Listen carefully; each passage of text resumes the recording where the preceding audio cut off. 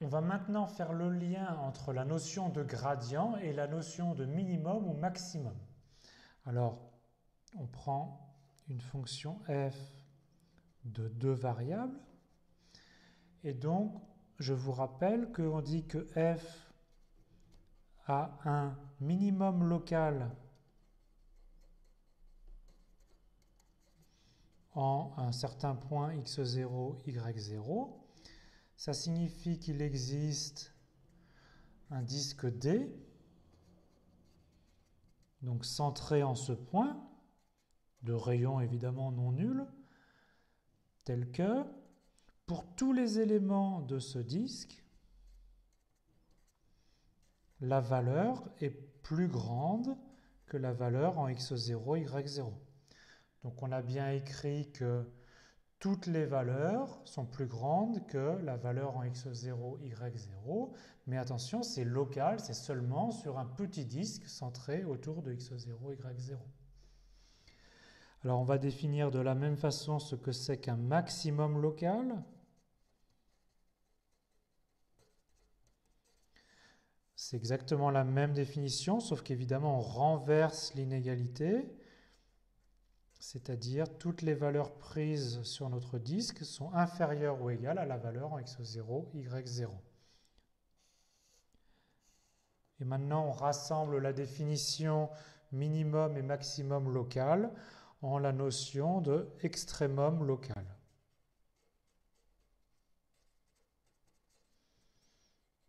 D'accord? Ça signifie minimum ou maximum local. Alors, les exemples qu'il faut avoir en tête. Pour un minimum local, un exemple typique, c'est la fonction x carré plus y carré à l'origine. Alors, le graphe de cette fonction-là autour de l'origine, c'est une sorte de bol, d'accord? En 0, 0, on a un point d'altitude 0 qui est le bas du bol. Évidemment, si on renverse le bol, eh bien, on a en fait la notion de maximum local, donc toujours en 0, 0.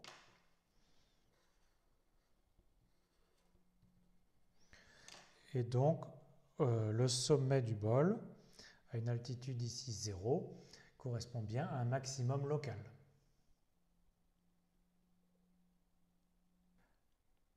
Alors, faisons le lien entre gradient et extrémum local.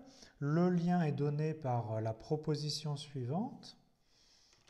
Donc, on a toujours une fonction f de deux variables.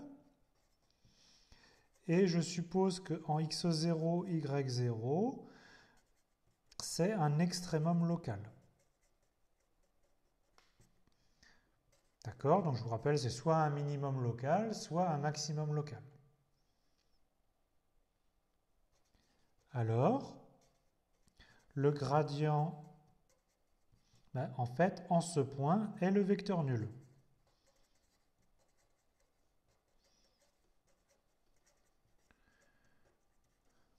D'accord? Qu'est-ce que ça signifie? Ça veut dire exactement que le gradient, on connaît les coordonnées données par les dérivées partielles. Et pour que le vecteur soit nul, ça veut dire que les deux dérivées partielles sont nulles simultanément. Donc on a d rond f sur d rond x en ce point qui vaut 0 et en même temps d rond f sur d rond y de x0, y0 qui est aussi nul.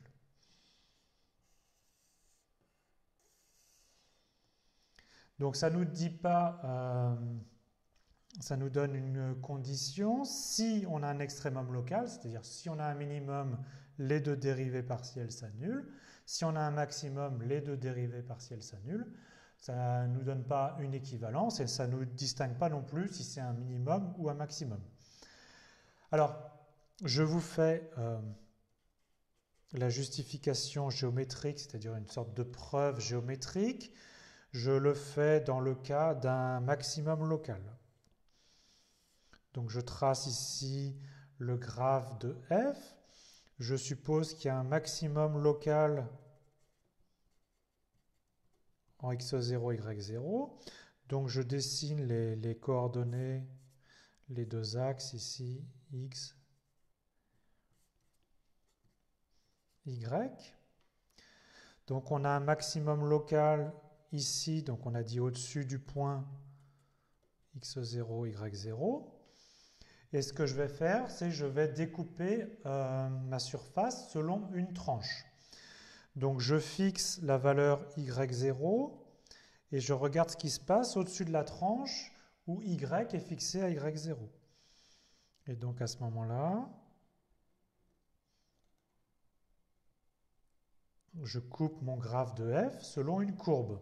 Alors je vais faire le dessin le long de cette courbe. Donc en fait, on a dit qu'on avait fixé y à y0. Donc en fait, on s'est ramené à une fonction d'une seule variable x, y0 est fixe. Et donc, j'ai ici le graphe de la fonction et qui dépend plus que de x. Et comme c'est un maximum local en x0, y0, ça veut dire qu'il est au-dessus de tout le monde. Donc en particulier, le point ici en bleu, il est au-dessus de tous les points de la courbe marron. Donc on a bien ici aussi cette situation. Donc on s'est ramené à un maximum local pour une fonction d'une seule variable. Et ça, on sait faire. On sait que quand on a un maximum local pour une fonction d'une seule variable, alors la dérivée est nulle. Donc ici, f' de x, y0 est égal à 0. Mais attention, je n'ai pas vraiment le droit d'écrire ça, puisque c'est une fonction de deux variables, donc il n'y a pas une dérivée. Mais ce qui est vrai, vu que y0 est fixé tout le temps, c'est que c'est la dérivée partielle de notre fonction f par rapport à x qui est 0 en ce point x0, y0. Et évidemment, ce que j'ai fait pour une tranche parallèle à l'axe des x, je peux le faire en une tranche parallèle à l'axe des y, où cette fois je fixe x qui est tout le temps x0, et je découpe une tranche, et donc on obtient ici une autre tranche. Et le raisonnement sur cette tranche-là me conduirait à d rond f sur d rond y égale à 0 en ce point. Donc la proposition précédente dit que s'il y a un minimum local ou un maximum local, alors le gradient est le vecteur nul en ce point, mais attention, la réciproque est fausse. C'est-à-dire que ce n'est pas parce que le gradient s'annule que vous avez un minimum ou un maximum. Alors l'exemple, c'est l'exemple d'un point sel. Donc on va prendre la fonction f définie par x2 moins y2. Donc c'est un exemple qu'on a déjà rencontré. On va regarder ce qui se passe en 0, 0. Alors calculons le gradient de f en tout point. Donc pour ça on a besoin de la dérivée partielle par rapport à x, c'est donc 2x. La dérivée partielle par rapport à y, c'est donc moins 2y. Et donc si je le calcule en 0, 0, eh bien, j'obtiens bien le vecteur nul. Et pourtant, c'est ni un maximum ni un minimum. Alors faisons le graphe. Je vous rappelle que le graphe de cette fonction, c'est ce qu'on appelle la selle de cheval, d'où le nom point selle. Donc quand x et y valent 0, on a l'altitude qui vaut 0 aussi. Donc l'origine ici correspond bien au point d'abscisse 0, 0. Mais regardez, ce n'est ni un minimum ni un maximum. Alors pourquoi ce n'est pas un minimum? Parce que si on se balade le long de cette courbe-là, on a des valeurs plus petites que la valeur ici qui vaut 0. On aura des valeurs négatives, donc ça ne peut pas être un minimum.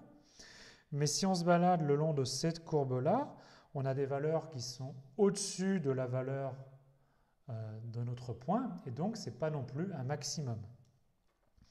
Donc c'est ni un minimum ni un maximum.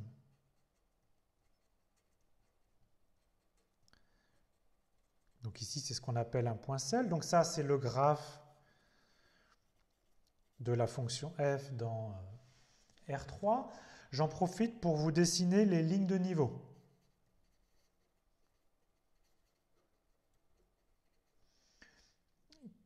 Donc Ça peut être intéressant de savoir reconnaître un point sel sur ces lignes de niveau. Donc ici c'est x, ici c'est y.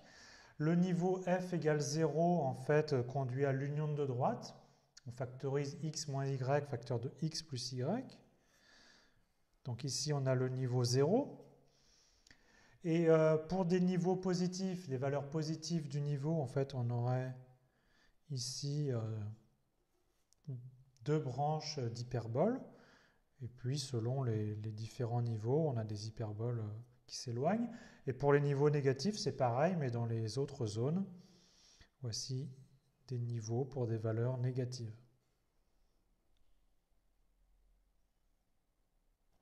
Donc, ce qu'il faut retenir de la proposition, c'est que si on cherche des minimums et des maximums, eh bien forcément, en ces points-là, le gradient va s'annuler.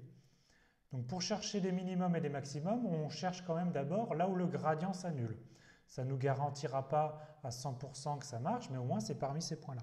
C'est pour ça qu'on introduit la notion de point critique, donc définition. Donc on dit que x0, y0 est un point critique si le gradient de notre fonction en ce point est le vecteur nul. Donc on est sûr que si on a un minimum, c'est un point critique, le gradient s'annule. Si on a un maximum, on est sûr que le gradient s'annule. Par contre, il peut y avoir des points où le gradient s'annule qui sont ni des minimums ni des maximums. Alors faisons un petit exemple d'un début d'étude de fonction de deux variables. Je prends la fonction f de xy égale à x carré moins y cube plus xy. Et on aimerait savoir où il peut y avoir des minimums, où il peut y avoir des maximums. Donc, en utilisant cette notion de point critique, on cherche d'abord où le gradient s'annule. Alors, il faut déjà calculer le gradient en n'importe quel point. Donc, c'est donné par la dérivée partielle par rapport à x, ça fait 2x plus y. La dérivée partielle par rapport à y, moins 3y2 plus x. Et maintenant, on va chercher les points critiques. C'est ce qui vont être nos candidats à être des minimums ou des maximums, mais il peut y avoir aussi des mauvais candidats. Donc point critique, c'est le gradient de f qui s'annule. Donc ça veut dire que les deux composantes s'annulent. Et donc pour que les deux composantes s'annulent, ça veut dire qu'il faut que 2x plus y est égal à 0. Et, donc quand je mets une accolade, c'est un et, moins 3y2 plus x est égal à 0. Donc, de la première égalité, on tire que en fait y c'est moins 2x, d'accord? Et maintenant je substitue y égale moins 2x dans la deuxième égalité et j'aboutis à l'équation moins 12x carré plus x égale à 0, d'accord? Et donc je peux ici factoriser par x, d'accord? Donc j'ai soit x égale à 0 ou x égale à 1/12. Et donc j'ai y égale à moins 2x. Et donc j'ai deux points critiques, xy, soit les deux x vaut 0, donc à ce moment-là y vaut 0, ou x vaut 0, x vaut 1/12, pardon, et à ce moment-là, y c'est moins 1/6.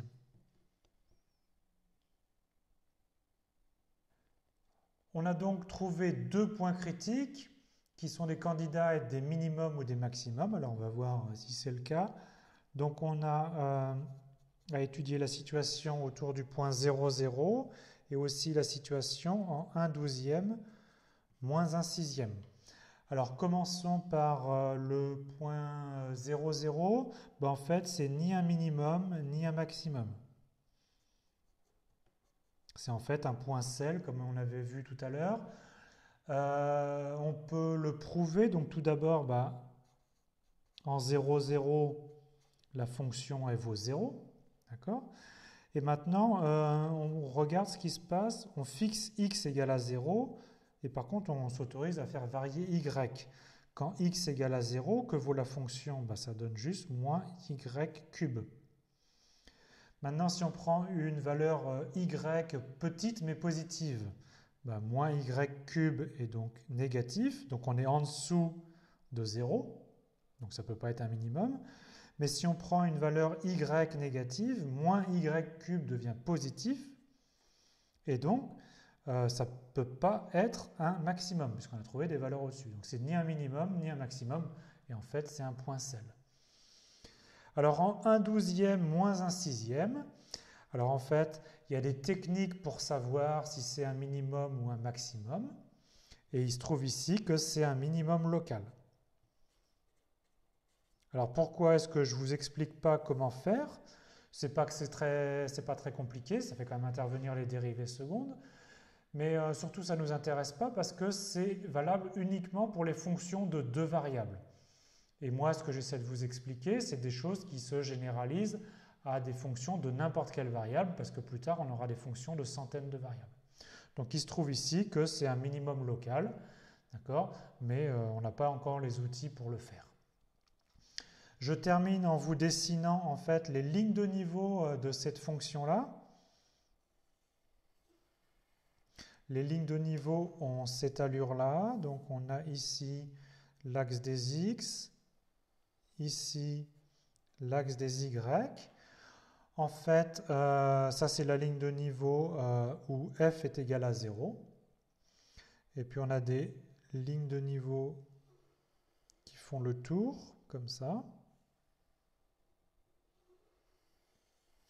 On a ici des lignes de niveau sous la forme d'hyperbole.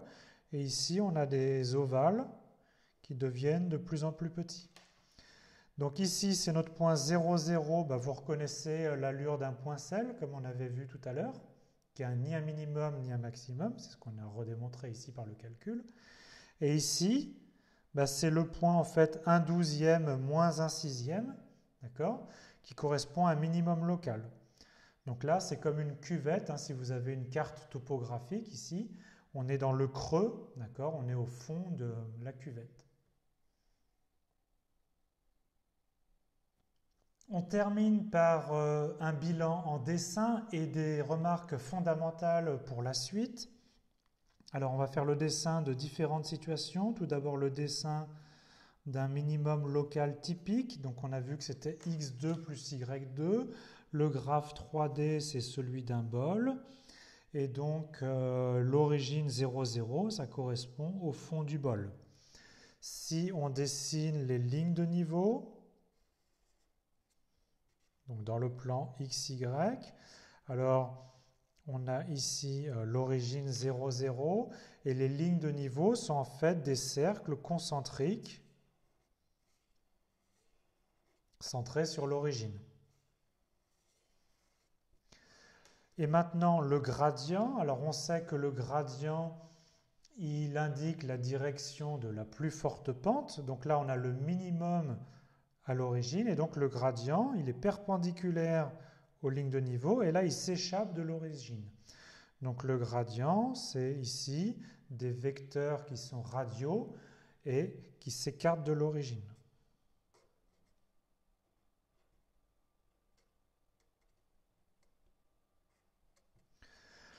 On a la situation assez semblable d'un maximum local donné par une équation typique moins x2 moins y2. Donc ce coup-là, le bol est renversé. Le sommet du bol correspond à l'origine 0, 0. Les lignes de niveau sont en fait, encore une fois, des cercles centrés à l'origine.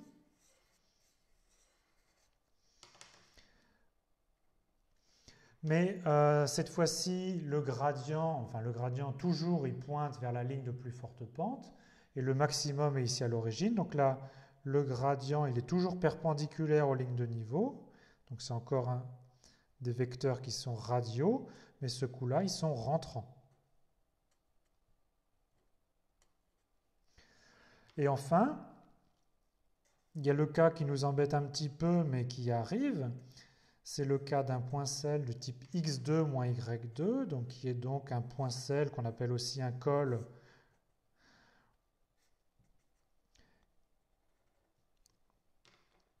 et qui n'est ni un maximum ni un minimum. Alors on avait vu l'allure des lignes de niveau.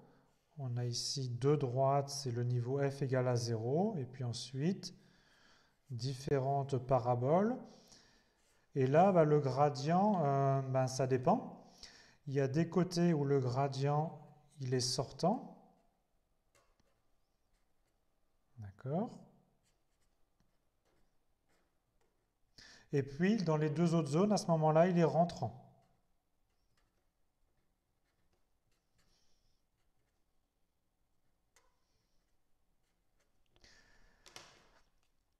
Alors, à noter dans ces trois cas, donc il faut bien retenir ces trois schémas.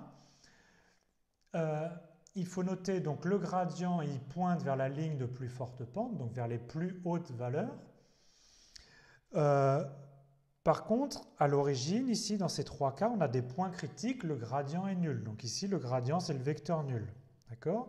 Et vous remarquez que j'ai pris soin de dessiner des vecteurs gradients de plus en plus petits quand on s'approche de l'origine. Donc ça, c'est aussi important pour la suite.